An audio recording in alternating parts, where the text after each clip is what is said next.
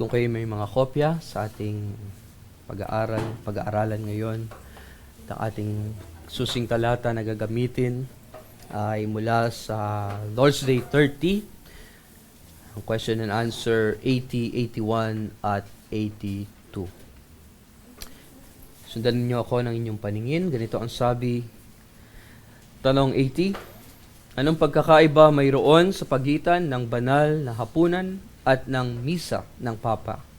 Sagot, ang banal na hapunan ay nagpapatotoo sa atin na tayo ay lubos na pinatawad sa lahat ng kasalanan sa pamamagitan lamang ng sakripisyo ni Jesucristo, na sa kanyang sarili ay minsan niyang isinakatuparan sa krus. At tayo, sa pamamagitan ng Espiritu Santo ay inihugpong kay Kristo, na ayon sa kaniyang likas na pagkatao ay wala na ngayon sa lupa, kundi nasa langit, sa kanang kamay ng Diyos na kaniyang Ama. At naroroon upang ating sambahin. Subalit ang misa ay nagtuturo na ang mga buhay at patay ay hindi napatawad sa mga kasalanan sa pamamagitan ng pagdurusa ni Kristo, maliban na maihandog araw-araw si Kristo para sa kanila sa pamamagitan ng mga pari. Higit pa rito, na si Kristo ay nagiging katawan sa anyo ng tinapay at alak, at kaya nga dapat silang sambahin, upang ang misa sa katotohanan ito ay walang iba kundi pagtanggi sa nag-iisang sakripisyo at pagdurusa ni Jesucristo at isang isinumpang Diyos-Diyosan na binigyan natin ng diin nung nakaraan na sermon. Tanong 81, para kanino itinatag ang banal na hapunan? At dito tayo medyo magfo-focus sa ating sermon. Sagot, sa mga may tunay na kalungkutan sa kanilang mga kasalanan. At gayon man ay nagtitiwala pa rin na ipinatawad ang kanilang kasalanan alang-alang kay Kristo. At ang natitira nilang mga kapintasan ay tinakpan ng kanyang pagdurusa at kamatayan. At masigasig ding nagnanais na ang kanilang pananampalataya ay higit pang pinalakas at ang buhay nila ay higit pang banal, kundi kapaimbabawan, at ang gayon ay hindi pagbabalik sa Diyos na may pusong matapat, kumakain at umiinom ng hatol sa kanilang mga sarili. Tanong 82, sila rin ba ay tatanggapin sa hapunan? Silang sa pamamagitan ng kapahayagan at buhay ay nagpapahayag sa kanilang sarili na hindi sila nananampalataya at hindi makadiyos. Sagot, hindi. Sapagat sa pamamagitan nito ang tipan ng Diyos ay malalapastangan at ang kanyang puot ay nagpuyos laban sa buong kapulungan. Kaya nga, ito ay tungkulin ng Kristiyanong Iglesia ayon sa pagkakatalaga kay Kristo at ng kanyang mga apostol, na hindi ibilang ang gayong mga tao sa pamamagitan ng mga susi ng kaharian ng langit hanggang sa maipakita nila ang pagbabago ng buhay. Kaya sa iglesia natin, kapag ikaw ay naka-under discipline, hindi ka inaalaw na mag-partake ng banal na hapunan. At yan ang sagot sa tanong na ito, sa tanong 82. Bilang ating reference, buksan natin ang ating mga Biblia sa Aklat ng Mga Awit. Ang ating babasahin ay ang Kapitulo 26. Psalm 26. Yan ay naglalaman ng 12 talata. Ganito ang sabi, pawalang sala mo ako, O Panginoon, sapagkat ako'y lumakad sa aking katapatan. At ako'y nagtiwala sa Panginoon ng walang pag-aalinlangan. Siyasatin mo ako, O Panginoon, at ako'y subukin. Ang aking puso at isipan ay iyong suriin, sapagkat ang iyong tapat na pag-ibig ay nasa harapan ng aking mga mata. At ako'y lumalakad na may katapatan sa iyo. Hindi ako umuupong kasama ng mga sinungaling na tao, ni sa mga mapagkunwari ay nakikisama ako. Kinapupuotan ko ang pangkat ng mga gumagawa ng kasamaan at hindi ako uupong kasama ng tampalasan. Hinuhugasan ko ang aking mga kamay sa kawalang sala at magtutungo ako, O Panginoon, sa iyong dambana na umaawit ng malakas na awit ng pasasalamat. At ang iyong kahangahangang mga gawa ay ibinabalitang lahat. O Panginoon, mahal ko ang bahay na iyong tinatahanan at ang dakong tinatahanan ng iyong kalwalatian. Huwag mong kunin ang aking kaluluwa kasama ng mga makasalanan, ni ang aking buhay na kasama ng mga taong sa dugo ay uhaw. Mga taong masasamang gawa ang nasa kanilang mga kamay, na ang kanilang kanang kamay ay puno ng mga lagay. Ngunit sa ganang akin ay lalakad ako sa aking katapatan. Tubusin mo ako at kahabagan. Sa isang patag na lupa, ang paako'y nakatuntong. Sa malaking kapulungan ay pupurihin ko ang Panginoon. Mga minamahal na kapatid sa ating Panginoong Hesukristo. Madalas nating ginagawa ang ilang bagay nang hindi natin lubos na pinag-iisipan. Ibig kong sabihin, may mga nakasanayan tayong gawin na araw-araw nating ginagawa o araw-araw nating inuulit. Ngunit, bihira nating suriin o i-test kung mabuti ba ang dulot nito sa ating buhay. Mayroon din tayong mga nakasanayan o kaugalian sa pamilya at maging sa ating iglesia na hindi natin tinatanong kung bakit natin ito ginagawa. Minsan nga may mga bagay tayong inaasahan mula sa ating sarili at sa ibang tao dahil nakasanayan na natin o nakaugalian na natin. Ngunit hindi natin laging iniisip kung ang mga ito ba ay naaayon sa kagustuhan o naaayon sa kalooban ng Diyos sa ating buhay o para sa atin. At kung minsan, meron tayong mga desisyong ginagawa na batay na lamang sa ating nararamdaman. At kung minsan,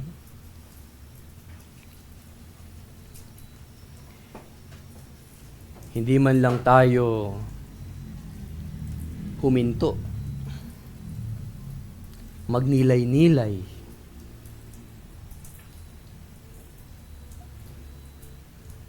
yung bang pag-iisipan mo munang mabuti kung ito bang desisyon kung ito ay tama, kung ang desisyon ko bang ito na gagawin ay makakabuti o makakasama. Kapag abala tayo sa buhay, ikaw yung super duper busy person. Ang mangyayari sa iyo, madali kang mahuhulog sa ganitong uri ng pamumuhay. Ang paggawa ng mga bagay nang hindi mo pinag-iisipan. Nakapagpuno ang ating schedule at maraming responsibilidad o mga tungkulin ang siyang nakaatang sa atin, natural lang na ang gusto natin o ang gusto mo ay agad matapos, makapag-proceed ka kaagad doon sa susunod na task. Gusto mo makausad at makalipat na kaagad doon sa susunod na iyong gagawin. At dahil dito, gagawin mo iyon ng wala ng pagsasaliksik, pagsisiyasat, wala ng tanong-tanong. Hindi ka na magtatanong, magdidesisyon ka na lang. Kaagad. Ngunit sa ganitong paraan ng pamumuhay, maaring dumating ang araw na mapagtatanto o marirealize natin. At sana, yun ang ating ma-realize o ating mapagtanto na hindi ka na sigurado kung ikaw ba ay tunay na nabubuhay para sa Diyos.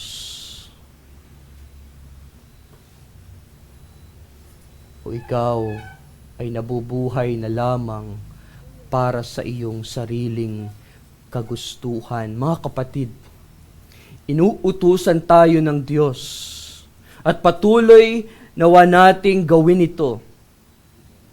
Ang siyasatin natin ang ating mga sarili. Sa form,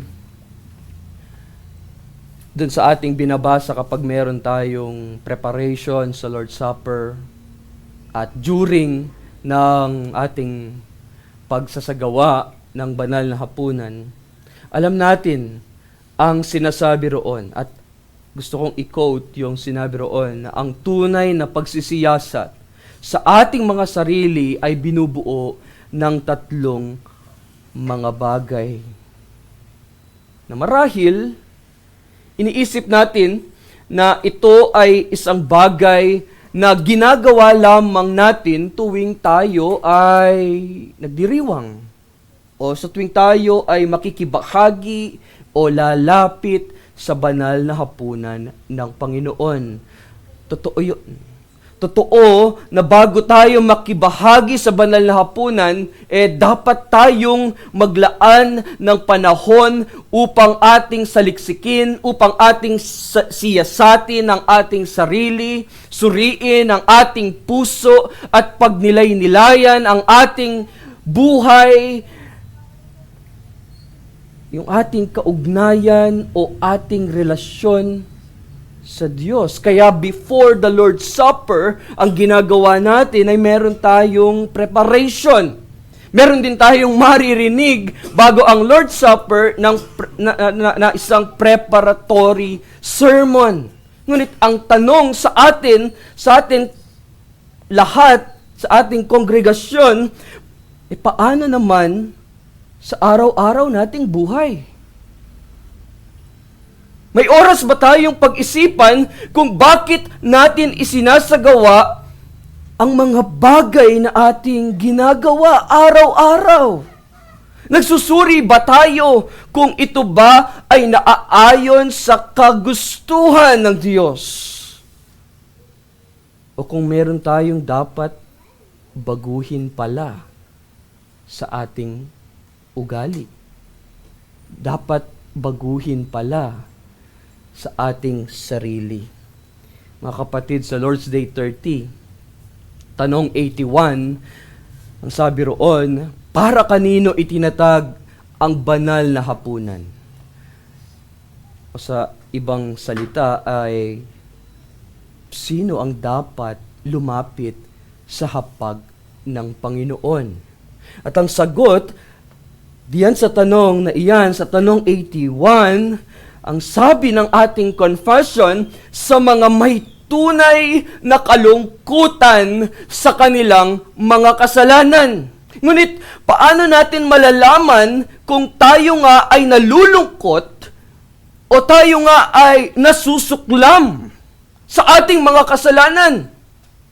Ang sagot, mga kapatid, ay sa pamamagitan ng pagsisiyasat mo ng iyong sarili.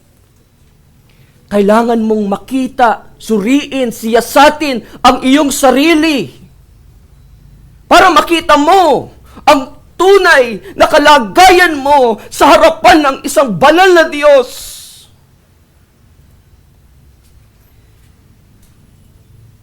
At yan ang ating unang bibigyang diin sa ating pag-aaral.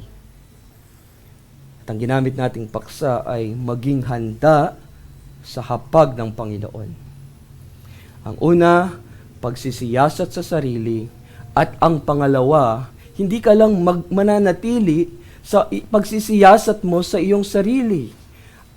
Mahalaga rin ito, yung pangalawa, magpapasiyasat ka sa Diyos mismo. Tingnan natin ang unang punto, ang pagsisiyasat ng ating sarili. Kung ating titignan, pwede nating sabihin na siyasatin ang sarili, simple lang yan. Madali ko lang yung magagawa. Madali lang yan para sa atin.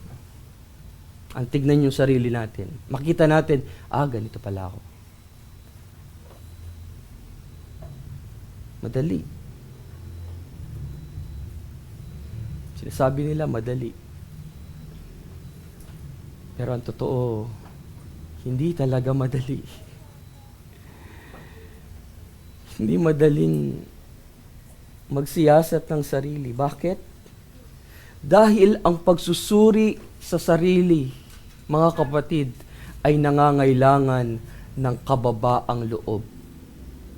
Nangangailangan ng pagpapakumbaba, nangangailangan ng katapatan, at nangangailangan ng kahandaan mo na magbago ng sarili. Ito yung Sister Hadus Spurgeon, sabi niya, and I quote, "Beware of no man more than ourselves. We carry our worst enemies with us." Yung pinakamalakas natin, pinakamadinan, okay, yung ating mga sarili. Kaya yung gagawin natin ay susuin natin ang ating sarili. At ang tamang pagsusuri ng ating sarili ay may tatlong bahagi. Ang una, suriin natin ang ating kasalanan. Ang tanong na, bakit natin kailangan suriin ating kasalanan? Ang sagot, dahil hindi natin alam ang ating pagkakamali, paano natin ito ipagtapos sa Diyos? Paano natin ito lalabanan? Sabi nga ni Haring David sa Psalm 51 verse 3, sapagkat aking nalalaman ang mga pagsuway ko, at ang aking kasalanan ay laging nasa harapan ko. Huwag nating basta mga kasalanan. Gawin natin, magsuri, magsiyasat tayo sa lahat ng ito, sa lahat ng ating mga ginawang kasalanan. Magsuri tayo ng may pagpapakumbaba sa harapan ng Diyos. Itanong natin, pagdating sa church, sa atin ng mga office bearer, naging pabaya ba ako sa aking tungkulin sa ministeryo? Ginampanan ko ba ito ng may kagalakan o ginawa ko lang ang mga ito bilang obligasyon sa ating pamilya, mga tatay at mga nanay? Tanong natin, naipadama ko ba ng lubos ang aking pagmamahal? Naipadama ko ba ng lubos ang pag-unawa sa aking asawa, sa aking anak? O mas madalas akong nagiging padalos-dalos sa aking mga pasya, nagiging padalos-dalos sa aking mga ginagawa at tila nagiging na ang aking ulo? Sa estudyante, ito mo, nag-aaral ba ako ng may katapatan o may pagkakataong nandaya ako sa pagsusulit sa trabaho, sa nagtatrabaho at mga member? Ito natin sa ating sarili, ginagamit ba ng buong puso ako o nagtatrabaho ako ang pangyayang reklamo sa ating sarili? Magandang itanong na, napapala ba ang oras ng panalangin? Napapabayaan ba ang pag-aaral ng salita ng Diyos? Sabi sa Proverbs 16 verse 2, ang lahat ng lakad ng tao ay malinis sa linya. Tinitibang ng Panginoon ang diwa. Mga kapatid, di maihatid ka agad. Yung isa sa mga natin Yesu Kristo. At kung alam natin ang patong iyon, yung tinutukoy natin dito yung parable ng Pariseo at ang maniningil ng buwis. Alam natin na ang Pariseo ay nagdasal ng may pagmamataas.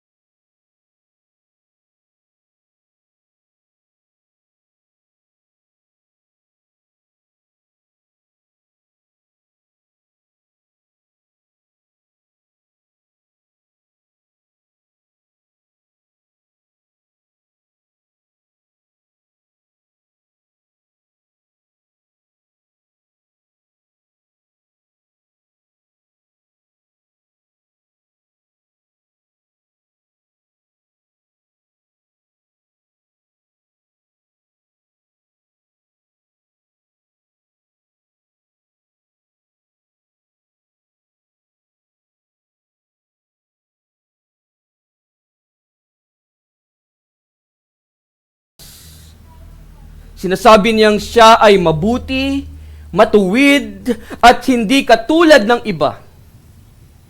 Na sa kanyang paningin, malinis ang kanyang buhay. Samantalang ang maniningil ng buwis o yung tax collector ay hindi man lang makatingin o makatingala sa langit.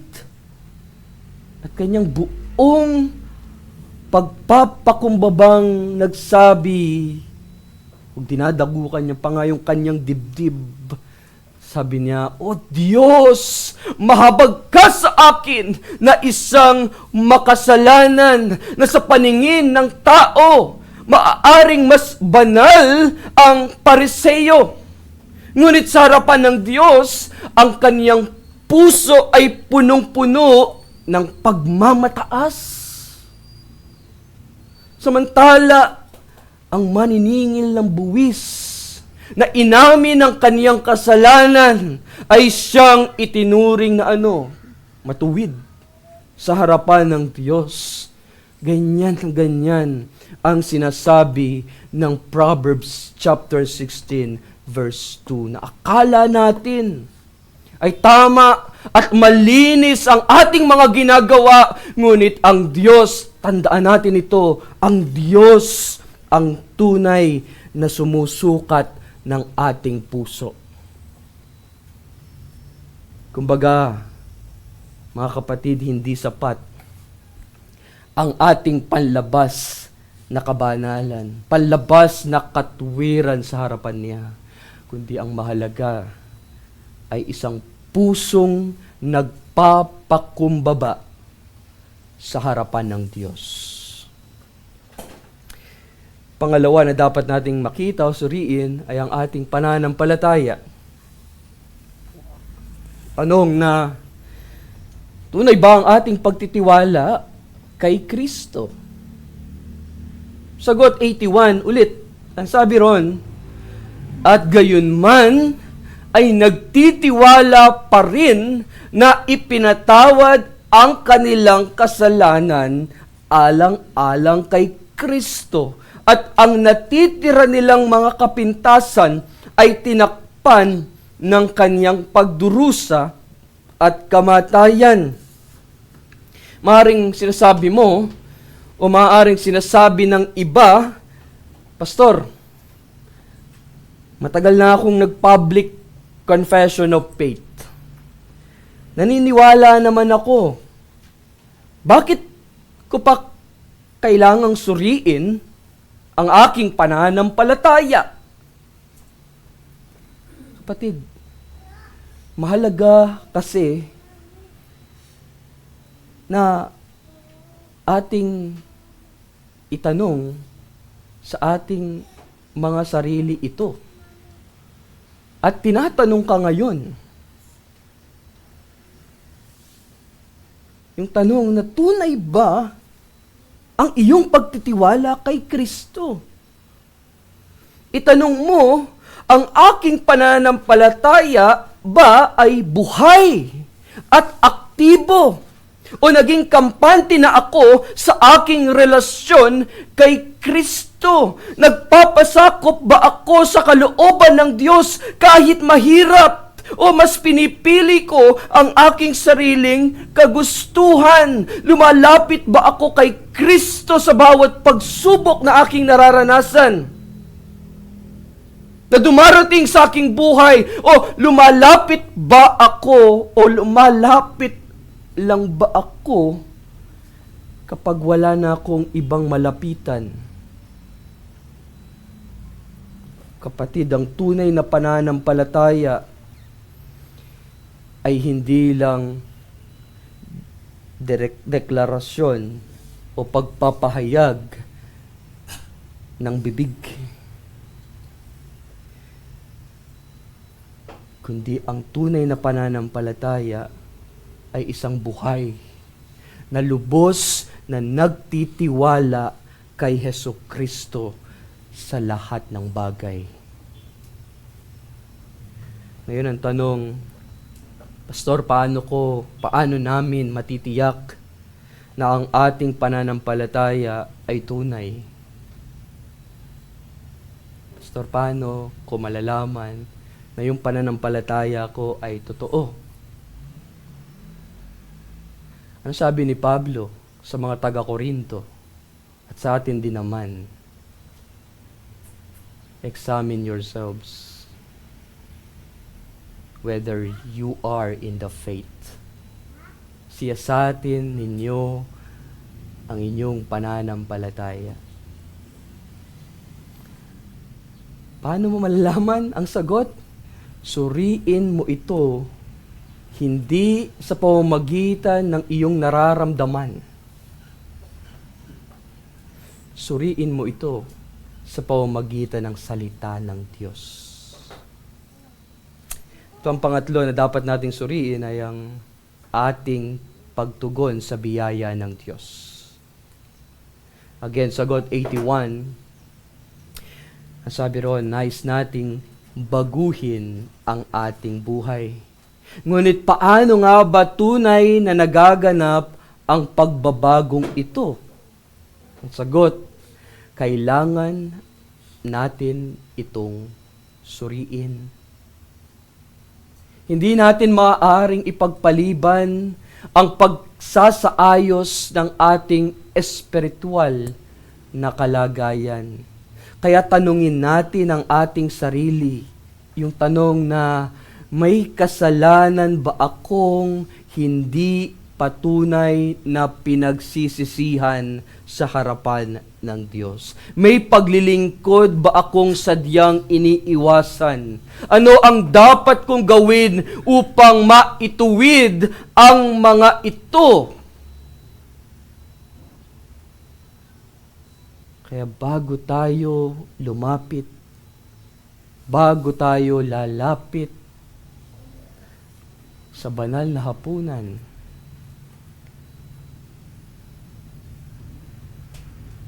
parang ngayong buwan yata, magsasagawa tayo ng banal na hapunan. Maganda ito na ipiprepare tayo. Sinasabi natin na bago tayo lalapit sa banal na hapunan, malinaw na sa atin na ipinapaalala ng salita ng Diyos at ipinapaalala rin sa atin ng ating confession at sasabihin rin ng form for the administration of the Lord's Supper, siyasatin ng bawat isa ang kanyang sariling budhi kung nilalayon niyang ipakita mula ngayon ang tunay na pagpapasalamat sa Diyos sa buong buhay niya. Mga kapatid, ang tanong na, ito ba'y totoo sa ating buhay?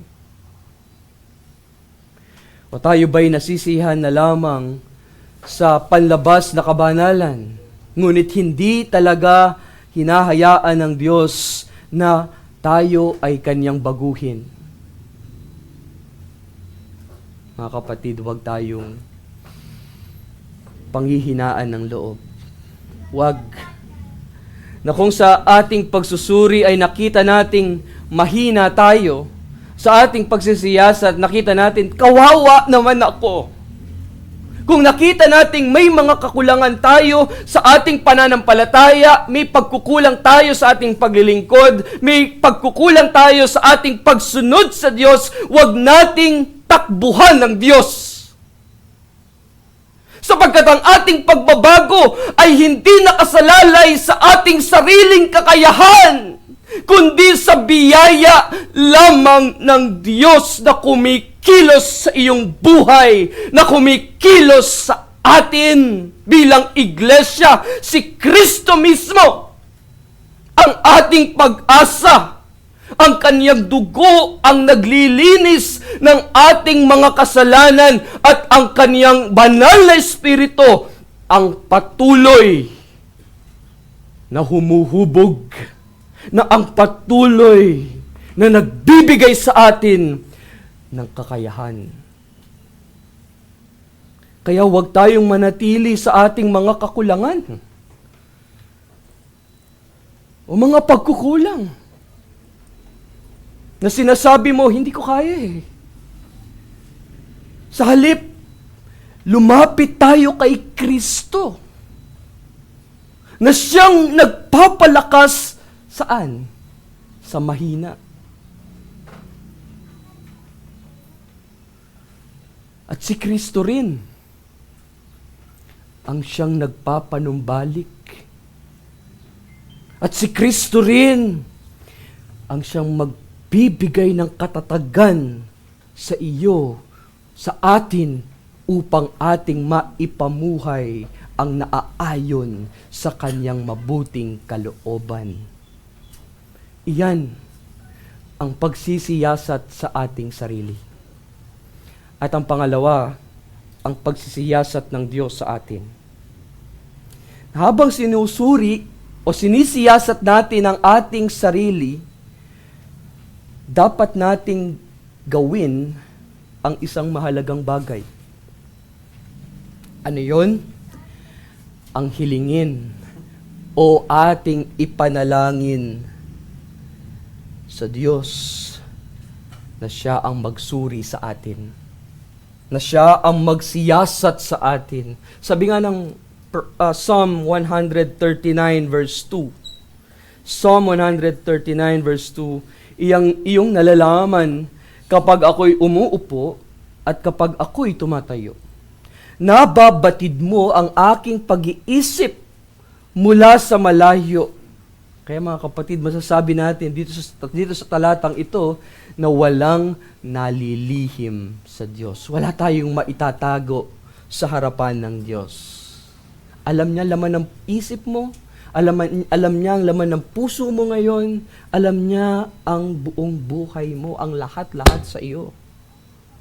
Kaya tinuturo sa atin, rito ni Haring David, na ipanalangin ang mga salita na ating binasa kanina bilang ating scripture reference. Sinabi niya sa Psalm 26 at doon sa verse 2, particular dito sa verse 2, ang sabi niya, siyasatin mo ako, O Panginoon, at ako'y subukin, ang aking puso at isipan ay iyong suriin. Na kapag sinabi nating, Panginoon, siyasatin mo ako, anong makikita niya sa atin? Anong makikita niya? Kasi sa ating mga mata, o sa ating sariling pagsisiyasat, maaari tayong magkamali. Yan ang totoo. Pag siniyasat mo ang sarili mo, maaari kang magkamali dyan. Minsan, masyado tayong positibo sa ating sarili. Iniisip nating ayos lang tayo. Pero ang totoo, namumuhay tayo sa kasalanan.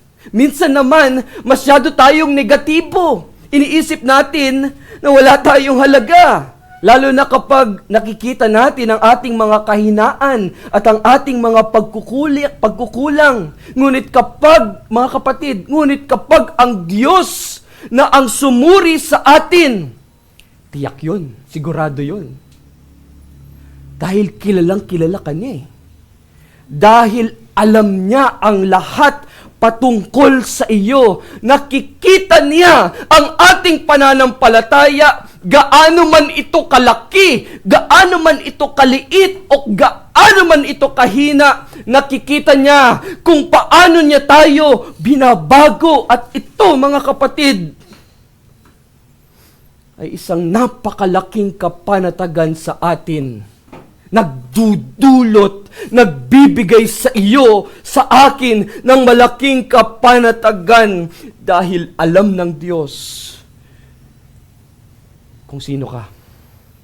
Alam ng Diyos kung gaano ka kahina.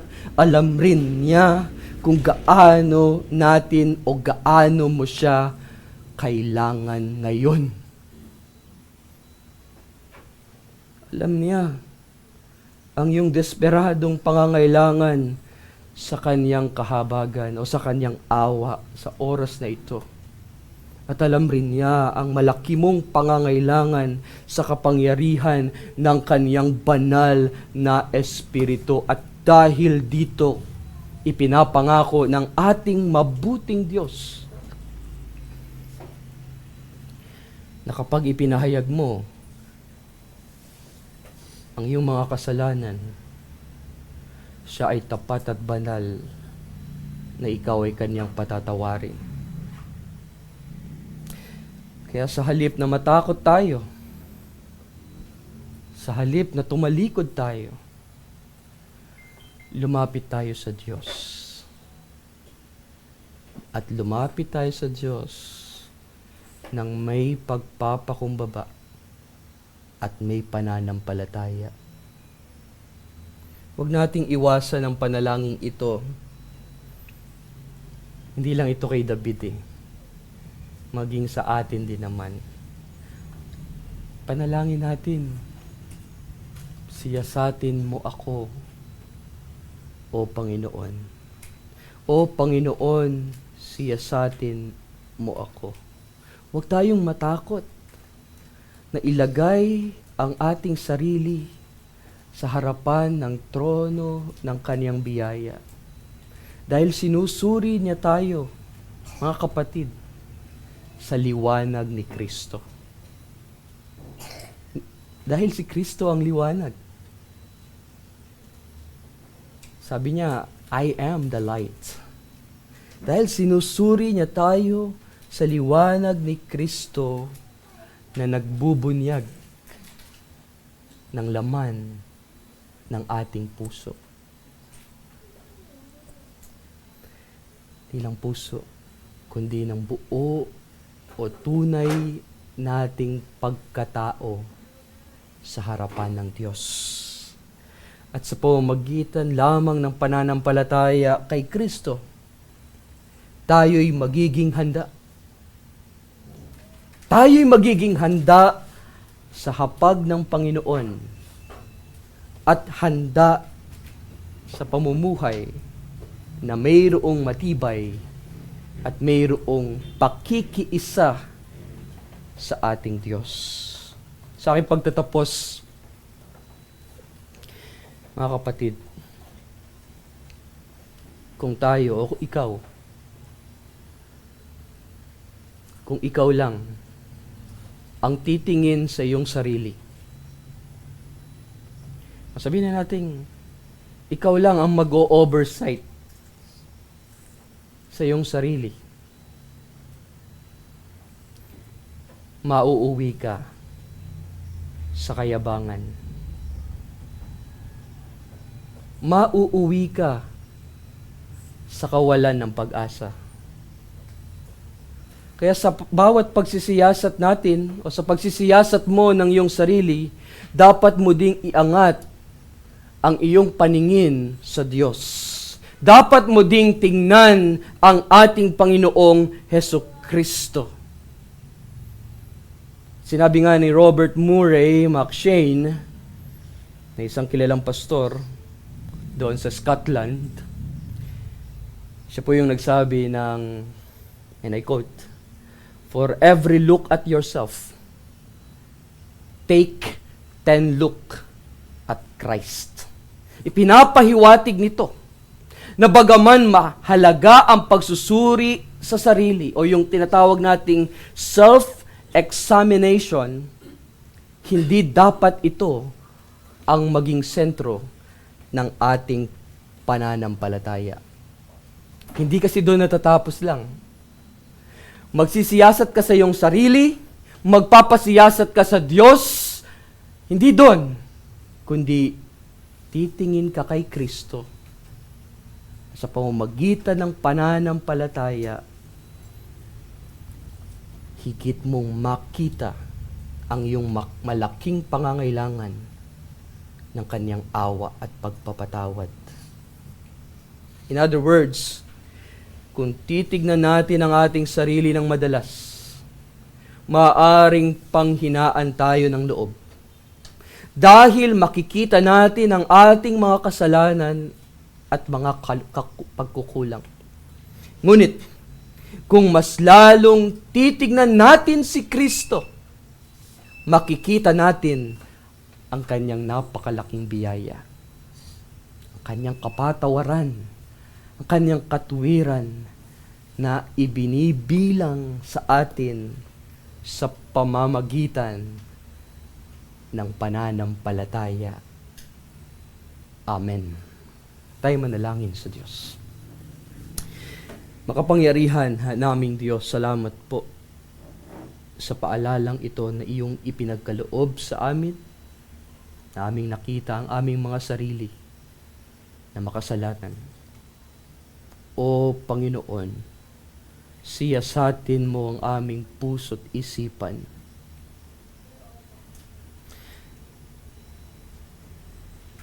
Nagpapakumbaba kami na lumalapit sa trono ng iyong biyaya. Nakita namin ang aming malaking pangangailangan kay Kristo, na sa kanyang biyaya,